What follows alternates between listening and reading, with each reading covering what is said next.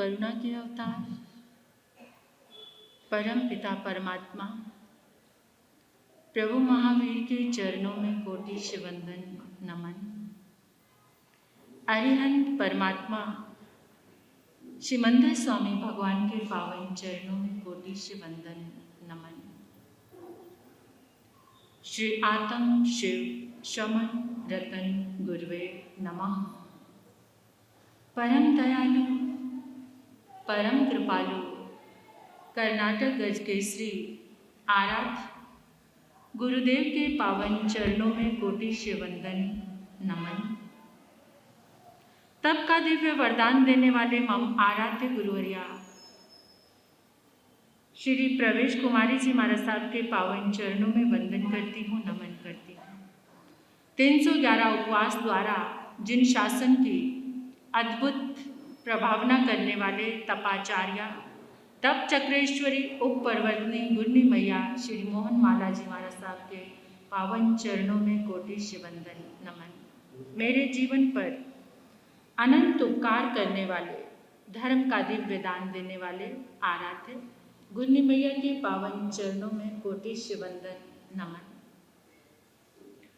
गुरु गणेश परिसर में विराजमान समस्त गुरुवर्या तुल्या महासती वृंद के पावन चरणों में वंदन करती हूँ, नमन करती हूँ। स्नेहिल प्रिय छोटी साध्वियाँ, इस पावन प्रांगण में गुरु गणेश दरबार में आए परमात्मा के गुरुदेव के प्यारे प्यारे भक्तों, हृदय के आंगन में आप सभी का स्वागत करती हूँ। अभिनंदन करती हूँ आप सभी की श्रद्धा का, अनुमोदन आप सभी के सुंदर भावों का और बहुत सारा धन्यवाद, शुक्रिया, आभार। आप पुण्यशाली हैं, भाग्यशाली हैं, समय पे गुरु दरबार में पहुंचे हैं। आज तो उत्सव का दिन है मेरे गुरु के दरबार में। हर महीने ये उत्सव होता है इस दरबार में। आज का दिन ग्रह तिथि महीनों के हिसाब से कुछ अद्भुत है। पहले गुरुदेव के चरणों में गीत की 2 लाइनें गाऊंगी। बार बार मन करता है गुरुदेव के लिए कुछ गुनगुनाने का। सुबह उठकर 3 बजे, 2:30 बजे, 3:30 बजे गुरुदेव के चरणों में बैठकर साधना करने में बड़ा आनंद आता है। परंतु आज सभी भक्तजन आए हुए थे तो हम गुरु दरबार में उनके पास में नहीं बैठ पाए, लेकिन दिल में तो वो हमेशा बैठे हुए हैं। तो गीत की 2 लाइनें गाऊंगी।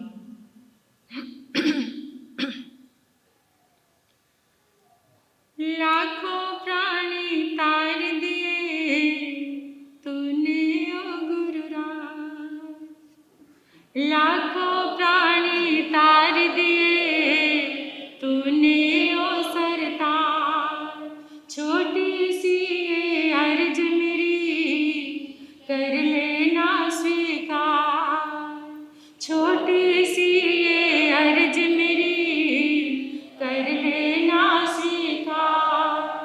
अंत समय जब आए मेरा हो,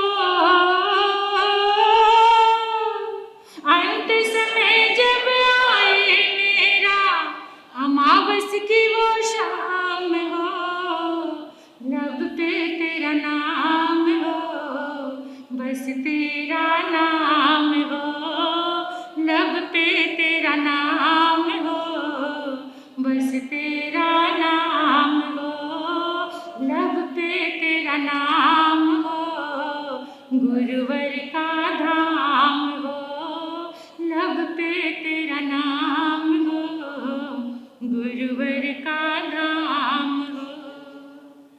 तेरे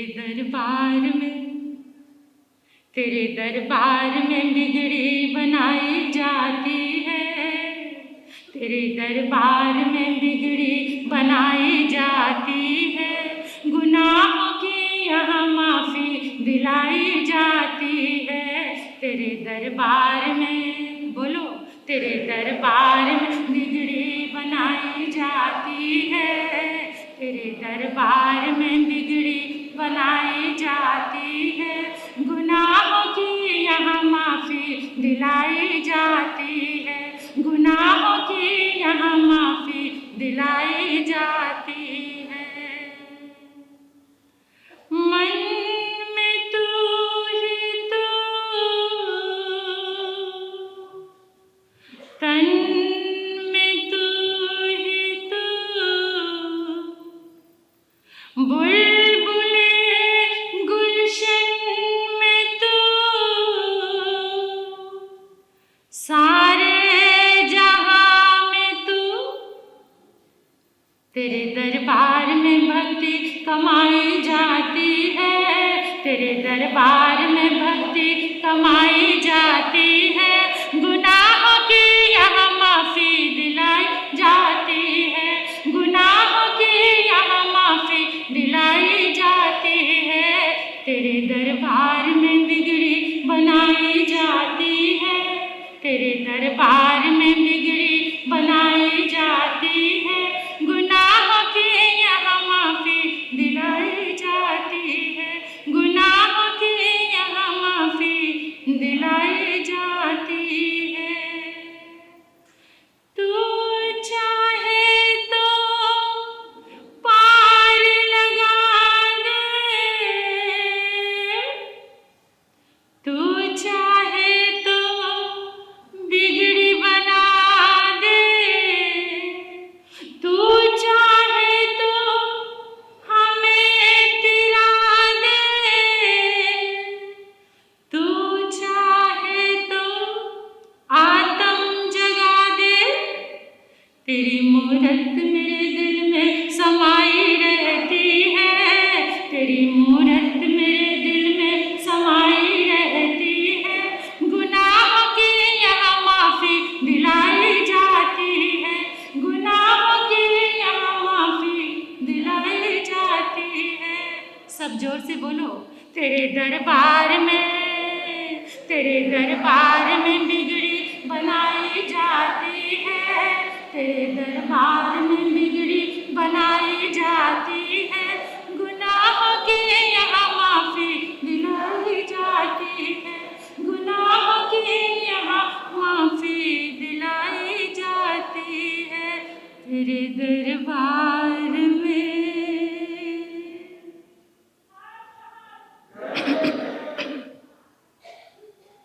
ये प्यारा दरबार जिसने हमें भी 2000 किलोमीटर दूरी से अपने पास बुला लिया, बड़ी शक्ति है। अद्भुत जलवे देखे हैं आपने, और आज तो साउथ से लोग आए हुए हैं गुरु के भक्त। हम भी भक्त हो गए जब से गुरु दरबार को देखा, देखने से पहले ही हो गए थे। कितना अद्भुत है ना सब कुछ, यहाँ का ऑरा, गुरु के नाम का प्रभाव। और ये अमावस गुरु के नाम से जुड़ गई, तो ये अमावस उजाली हो गई।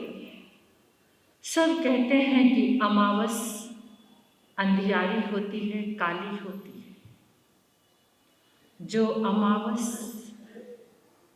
ऐसे गुरु के साथ जुड़ जाती है वो उजाली हो जाया करती है। बहुत महत्व है आज की अमावस का। सभी धर्मों में जितने भी मत हैं, आज क्या है? सोमवती श्रावण पक्ष की, सावन का सोमवार और अमावस। थोड़ी सी बात कर लेती हूँ अमावस की। आजकल के बच्चों को तो पता ही नहीं है अमावस क्या होती है। 1 महीने में 2 पखवाड़े, एक में उजाला, उसे कहते हैं शुक्ल पक्ष, और एक में अंधेरा, उसे कहते हैं कृष्ण पक्ष। उजाले के पक्ष में चंद्रमा की 16 कलाएं प्रकट होती हैं इस धरती पर। 16वीं कला जब आती है तो वो तिथि, वो दिन क्या बन जाता है? पूर्णिमा। वो 16वीं कला, उसको अमा भी कहते हैं।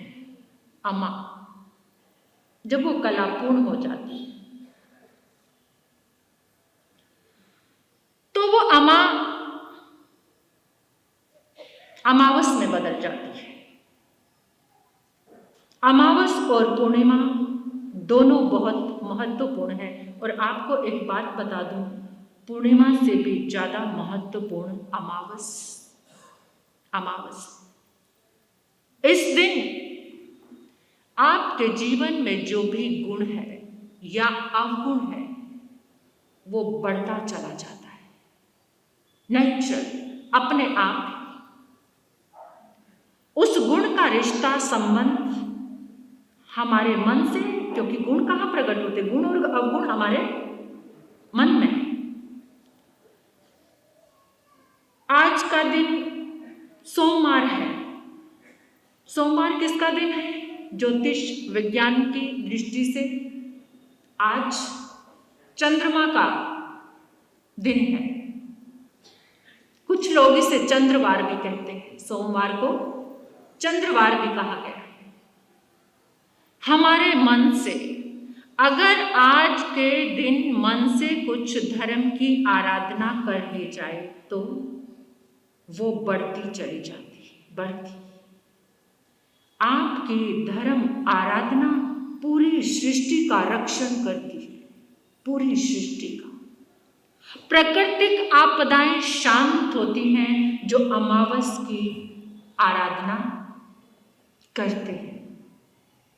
किसी भी तरीके से गुरु ने जाते जाते उपकार कर दिया। कितनी गजब की बात है कि जाते जाते भी दिन कौन सा ले लिया, ताकि आप लोग अमावस को अधिक से अधिक, ये गुरु तत्व होता है, ये गुरु का अनकंडीशनल लव।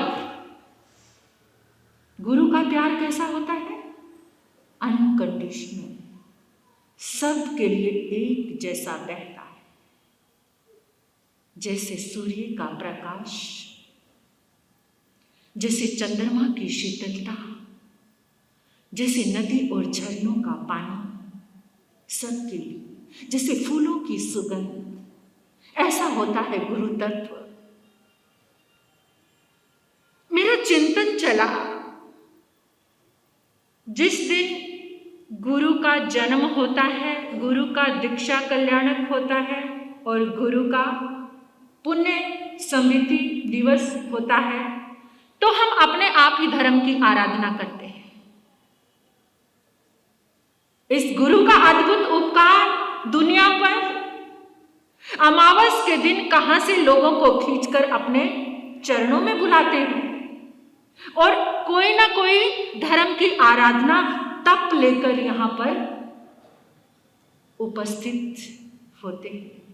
ये तप की तरंगे, ये भक्ति की तरंगे सारी प्रकृति को बैलेंस करती है, सारी प्रकृति को। कितना सुंदर है ये शब्द, जिस अंग्रेजों के और अंग्रेजी के पीछे आप लोग पागल हैं, उनकी वोकैबुलरी तो इतनी गरीब है कि वो सुंदर ढंग से अमावस का कोई सुंदर शब्द भी नहीं दे पाए। क्या है अंग्रेजी में अमावस को? क्या कहते हैं? क्या कहते हैं पता? नहीं पता? No moon night, no moon night, जिस रात्रि में चांद नहीं है, कोई शब्द ही नहीं मिला अमावस को बताने के लिए। उस गरीब वोकैबुलरी को फॉलो करने के लिए जी जान से जुटे हुए हैं। भारत की संस्कृति, एक बात आप सभी से कहना चाहती हूं, बात है सन 1835 की।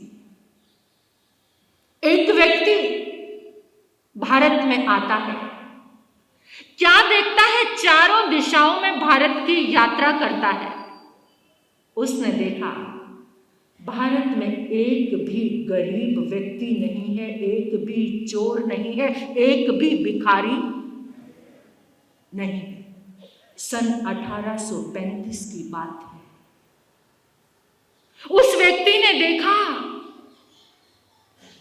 कि भारत की संस्कृत संपदा से संपन्न ये धरती और यहाँ के लोग एक अद्भुत आत्म गौरव से संपन्न है। यहाँ की वैल्यूज, संस्कारों की गरिमा, इस भारत का मेरुदंड, इस मेरुदंड को कैसे तोड़ा जाए कि इतना पसंद आ गया ये देश कि अगर राज्य करना है तो इसके ऊपर ही करना है। और उसने जाकर अपना प्रस्ताव रखा अपनों के बीच में, क्या कि वहां पर सबसे पावर कोई चीज है तो वो शिक्षा प्रणाली और भारत की संस्कृति है, उसको चेंज किया जाए। भारत की शिक्षा प्रणाली को, कौन सी शिक्षा चलती थी? गुरुकुल, जिसमें खाना सिखाया जाता था, रहना सिखाया जाता था, भाईचारा सिखाया जाता था, दिन रात्रि का विवेक सिखाया जाता था, किसी को कैसे अभिवादन करना है, किसी को कैसे स्पर्श करना है, कब करना है, किसको करना है, ये सारी चीजें सिखाई जाती थी। इसे चेंज करके ही और वो लेकर आए एक ऐसी संस्कृति कि सारे के सारे लोग पश्चिमी के आंगल लोगों के दीवाने हो जाएं। कुछ ऐसी चीजें लेकर आए, क्या? शिक्षा और भोजन, क्या? भोजन और शिक्षा, भारत के नैतिक मूल्य, वहां से संपन्न अद्भुत संपदा से भारत का एक एक व्यक्ति संपन्न था। इतनी आत्म संपदा, आत्म गौरव, जब तक इसके आत्म गौरव को नहीं तोड़ा जाएगा तो इनके ऊपर राज्य। वो व्यक्ति कौन था? लॉर्ड मैकाले, जिसने भारत की यात्रा की और उसने ये बात कॉमन ऑफ हाउस 2 फरवरी 1835 में ब्रिटिश संसद भवन में की और सबको पसंद आ गई, क्योंकि उस समय इस भारत को सोने की चिड़िया, और वो कामयाब हो गए। इतने कामयाब हुए कि आज भारत का युवक शादी करना नहीं चाहता। जयं भोजन दो, यत्ना भोजन दे, हर चीज में, लेकिन कहाँ है यत्ना? आज के युवाओं को ही कहना चाहती हूँ, जिनसे दुनिया बदलेगी, जिनसे ये कलयुग सतयुग में बदल सकता है, लेकिन कब? जब यत्ना होगी, जब विवेक होगा, जब जागरण होगा। घर में पत्नी है और बाहर अफेयर, घर में पत्नी है और बाहर अफेयर चल रहा है।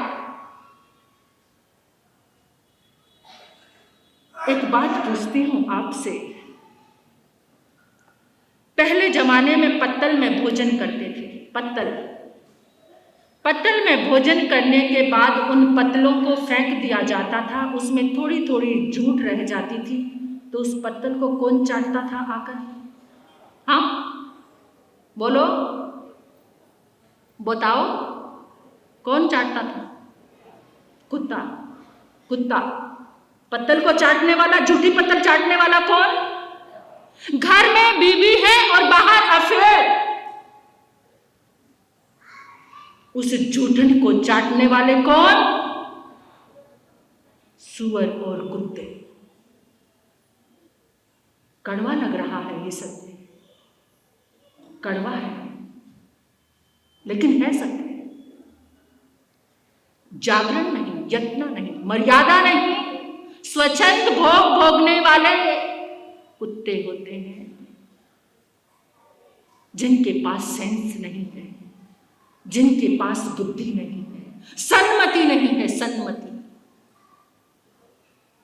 परमात्मा ने व्रत दिया स्वदार संतोषी, घर में रहकर देव के तुल्य पूजनीय हो तुम। कब? जब तुम्हारे भीतर में स्वदार संतोष, अपनी पत्नी के लिए संतोष का, वो जो बच्चा मुझसे बात शेयर कर रहा था ना लिव इन की, वो बीच में ही छोड़ दी मैंने। उस बच्चे ने मुझसे क्या कहा? महाराज साहब मैं प्रतिज्ञा करता हूँ मैं लीव में नहीं रहूँगा, मुझे सुकून मिला। और उसने एक बात और बताई, कहते महाराज साहब आपको पता नहीं, आप तो यहाँ रहते, दुनिया कैसी है, आज हर एक लड़का लड़की लिव इन रिलेशनशिप में रह रहे हैं। मैंने कहा क्यों? कहते वो देखना चाहते हैं एक दूसरे को कि शादी के बाद इकट्ठे रह पाएंगे या। जो बिना देखे शादी कर लेते थे, क्या उन्होंने अपनी गृहस्थी नहीं चलाई? क्या उनका परिवार नहीं बना? कहाँ जा रहा है मेरा समाज, मेरा देश, मेरे बच्चे? कैसे जागेंगे? कैसे? अपने स्थान को ग्रहण करती हूँ। ये तो बहुत बड़ी बड़ी बातें हैं। समय पे फिर आपके बीच में आएंगी गुरनी मैया के मुखारविंद से, आप सुनेंगे। ओम शांति।